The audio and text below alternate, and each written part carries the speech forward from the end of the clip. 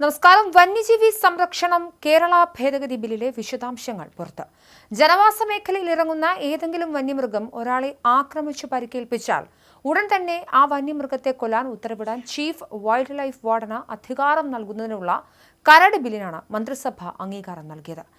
ഇന്ത്യയിൽ ആദ്യമായാണ് ഒരു സംസ്ഥാനം ഇത്തരത്തിലൊരു ഭേദഗതി കൊണ്ടുവരുന്നത്. ഇപ്പോൾ നിലവിലുള്ള കേന്ദ്ര നിയമത്തിലെയും കേന്ദ്ര സർക്കാർ പുറപ്പെടുവിച്ച സ്റ്റാൻഡേർഡ് ഓപ്പറേറ്റിംഗ് പ്രൊസീജിയറിലെയും അപ്രായോഗികവും കാലതാമസം വരുത്തുന്നതുമായ നടപടിക്രമങ്ങൾ ഒഴിവാക്കി അടിയന്തര നടപടി സ്വീകരിക്കാൻ ഇത് സാധ്യമാക്കുന്നതാണ് പുതിയ ബില്ലിലെ വ്യവസ്ഥകളെന്നാണ് വനം മന്ത്രി A.K. ശശീന്ദ്രൻ വ്യക്തമാക്കുന്നത്.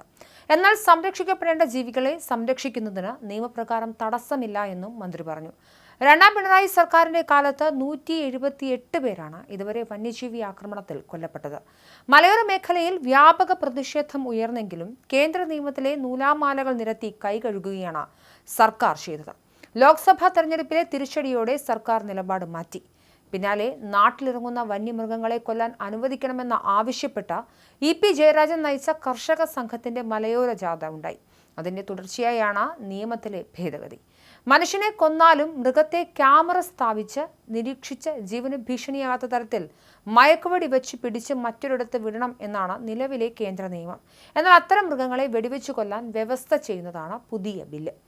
വന്യജീവി ആക്രമണത്തിൽ ആർക്കെങ്കിലും ഗുരുതര പരിക്ക് പറ്റിയാൽ ബന്ധപ്പെട്ട ജില്ലാ കളക്ടറോ ചീഫ് ഫോറസ്റ്റ് കൺസർവേറ്ററോ അക്കാര്യം ചീഫ് വൈൽഡ് ലൈഫ് വാർഡന് റിപ്പോർട്ട് ചെയ്താൽ അദ്ദേഹത്തിന് മറ്റ് നടപടിക്രമങ്ങൾക്ക് വേണ്ടി സമയം പാഴാക്കാതെ തന്നെ ആ വന്യമൃഗത്തെ കൊല്ലുന്നതിന് ഉൾപ്പെടെയുള്ള നടപടി സ്വീകരിക്കാവുന്നതാണ്. പട്ടിക 2-ലെ വന്യമൃഗങ്ങളുടെ എണ്ണം വർദ്ധിച്ചാൽ അവയുടെ ജനന നിയന്ത്രണം നടത്തൽ, മറ്റ് സ്ഥലങ്ങളിലേക്ക് നാടുകടത്തൽ എന്നിവയ്ക്കും ബില്ലിൽ വ്യവസ്ഥയുണ്ട്.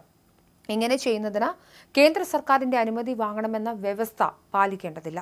പട്ടിക 2-ലെ ഏത് വന്യമൃഗത്തെയും അവയുടെ എണ്ണം അനിയന്ത്രിതമായി വർദ്ധിച്ചു എന്ന് കണ്ടാൽ അവയെ ക്ഷുദ്രജീവിയായി പ്രഖ്യാപിക്കാൻ ഇപ്പോൾ കേന്ദ്ര സർക്കാരിനാണ് അധികാരം. ഇതിന് പകരം സംസ്ഥാന സർക്കാരിന് ഈ അധികാരം നൽകുന്നതിനും ബില്ലിൽ വ്യവസ്ഥ ചേർത്തിട്ടുണ്ട്. ഇപ്രകാരം ക്ഷുദ്രജീവിയായി പ്രഖ്യാപിച്ചു കഴിഞ്ഞാൽ അത്തരം വന്യജീവിയെ ആർക്ക് വേണമെങ്കിലും ഏതു വിധത്തിലും കൊല്ലാവുന്നതാണ്. അതിന്റെ ഇറച്ചി കഴിക്കുന്നതിനും തടസ്സമുണ്ടാകുന്നതില്ല. കാട്ടുപന്നിയെ ക്ഷുദ്രജീവിയായി പ്രഖ്യാപിക്കാൻ സംസ്ഥാന സർക്കാരിന്റെ നിവേദനങ്ങൾ വഴിയും സംസ്ഥാന നിയമസഭയുടെ പ്രമേയം വഴിയും കേന്ദ്ര സർക്കാരിനോട് പലതവണ ആവശ്യപ്പെട്ടെങ്കിലും കേന്ദ്രം അനുമതി നൽകിയില്ല. അതിനാൽ തദ്ദേശ സ്വയംഭരണ സ്ഥാപനങ്ങളുടെ അധ്യക്ഷന്മാരെ ഹോണററി വൈൽഡ് ലൈഫ് വാർഡന്മാരായി സംസ്ഥാന സർക്കാർ നിയമിക്കുകയും കേന്ദ്ര സർക്കാരിന്റെ നിബന്ധനകൾക്ക് വിധേയമായി കൊന്ന് സംസ്കരിക്കുന്നതിനുള്ള നടപടികൾ സ്വീകരിച്ചു വരികയാണ്. മന്ത്രിസഭ അംഗീകരിച്ച പുതിയ ബില്ലിന് രാഷ്ട്രപതിയുടെ അനുമതി വേണം.